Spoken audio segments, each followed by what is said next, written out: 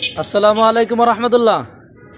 প্রিয় দর্শক ভাইরা, আমি পালসারটা গতকালকে কিনছিলাম, আজকে বাইকটা সোল্ড আউট হয়ে গেল। এই ভাই আসলো, ভাইয়ের সাথে একটু কথা বলে, ভাই কোথা থেকে আসছে এবং কেমন নিল। ভাই আপনার নাম এবং পরিচয়। আমার নাম মোহাম্মদ আবু হানিফ। আরো জোরে বলতে হবে। মোহাম্মদ হানিফ। মোহাম্মদ আবু হানিফ। হ্যাঁ। কোথা থেকে আসছেন? আমি খিলগাঁও থেকে। খিলগাঁও। দেশে বাড়ি কই? নীলফামারী। নীলফামারী। কি গাড়ি কিনছেন আমার কাছ থেকে? Pulsar 18 model. বাজাজ পালসার কিনছেন 18 মডেল নাকি? 38 সিরিয়াল। হ্যাঁ, আচ্ছা। গাড়িতে কোনো মামলা মোকদ্দমা নাই? আজকের যদি সামনে কোনো মামলা মোকদ্দমা হয় সেটা দায়িত্ব আপনার। আর আমার কাছে একটা জিনিস বাকি আছে, মালিকানা বদলি। আপনি মালিকানা বদলি অবশ্যই করে নেবেন। আমার ক্যাশ মেমোতে লেখা আছে সর্বোচ্চ 15 দিন, তার ভিতরে আপনার আমি সর্বোচ্চ 20 দিন বা 1 মাস সময় দেবো।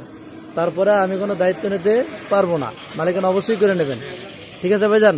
যদি মালিকানা না করেন তাহলে গাড়ির মালিক আপনার মামলা দিতে বাধ্য থাকতে পারে, ঠিক আছে ভাই?